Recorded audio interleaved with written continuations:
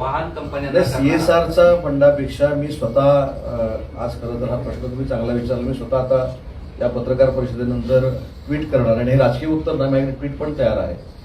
तर मी स्वतः माझ्या मानधनातले 11 लाख रुपये हे मी मुख्यमंत्री सहाय्यता निधीमध्ये वर्ग करणार आहे. आणि नाही तर उद्या उद्योजक विचारतील तू काय केलंस आवाहन करायच्या अगोदर. आणि मी महाराष्ट्रातल्या तमाम सगळ्या उद्योजकांना आवाहन करतो, महाराष्ट्राच्या शेतकऱ्याच्या मागे उभं राहणं ही सरकारची जबाबदारी आहे. सरकार ती जबाबदारी नक्की पार पाडेल. परंतु अशा संकटकाळी महाराष्ट्रातल्या उद्योजकांनी देखील आपल्या महाराष्ट्राच्या जनतेच्या मागे उभं राहणं गरजेचं आहे. आणि म्हणून त्यांनी त्यांच्या परीने जे जे काही करता येईल ते मुख्यमंत्री सहायता निधीमध्ये करावं, हे आपल्या मार्फत मराठवाड्यातूनच मी आवाहन करतो. गाव पाण्यात मात्र तानाजी पुण्यात अशा प्रकारे टीका करत संजय राऊतांनी विचारलं की तुम्ही आम्हाला शिकवणार का, मदत कशी करायची म्हणून. या बाबतीत मला स्पष्ट असं सांगायचं आहे की ही काही स्थानिक स्वराज्य संस्थेची निवडणूक नाही की मी किती मदत केल्यानंतर मला मतं पडणार आहे. काही लोक बांधावर मतासाठी आलेले आहेत, पण महायुतीचे सगळे नेते, त्याच्यामध्ये तानाजी सावंत देखील आहेत, ते अतिशय प्रामाणिकपणानं मराठवाड्यामध्ये सगळ्यांना न्याय देण्यासाठी काम करत आहेत.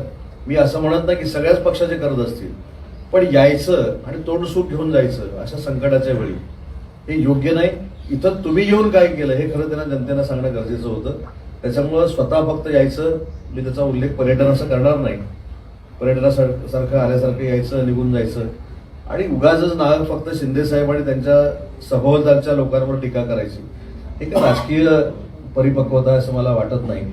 इथं आल्यानंतर राजकारण करण्यापेक्षा सगळ्यांनी एकत्र येऊन आम्ही महाराष्ट्रातल्या मराठवाड्याच्या मागं कसं उभं राहणार आहोत ही खरी शपथ घेतली पाहिजे, हा संकल्प केला पाहिजे.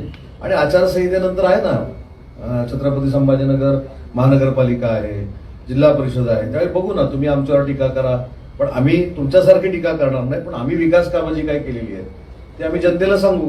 परंतु आज मला एवढंच सांगायचं की इथं येऊन राजकारण करण्यापेक्षा तुम्ही येताना युबीटी मार्फत फक्त आमच्यावर तोंडसूक घेण्यापेक्षा बाकी काय केलं ते देखील सांगणं गरजेचं आहे. त्यात त्यांचं असं म्हणणं आहे की 50,000 रुपये हेक्टरी मदत आणि संपूर्ण कर्जमाफी या 2 आमच्या मागण्या आहेत आणि त्या पूर्ण व्हायलाच हव्या.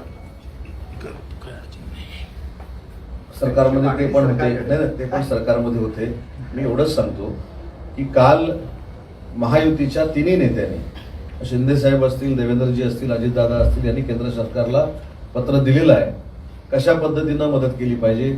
मला असं वाटतं की आज कदाचित देवेंद्रजी तुमच्याच सोशल मीडियावर आणि इलेक्ट्रॉनिक मीडियावर वाचलं की दिल्लीला जाण्याची शक्यता आहे असं तुम्हीच त्याच्यामध्ये. परंतु केंद्र शासन आणि राज्य शासन दोन्ही शेतकऱ्यांच्या मागे ठामपणानं उभं आहे. दादा, याच्यामध्ये नुकसान तर भरपूर झालेलं आहे.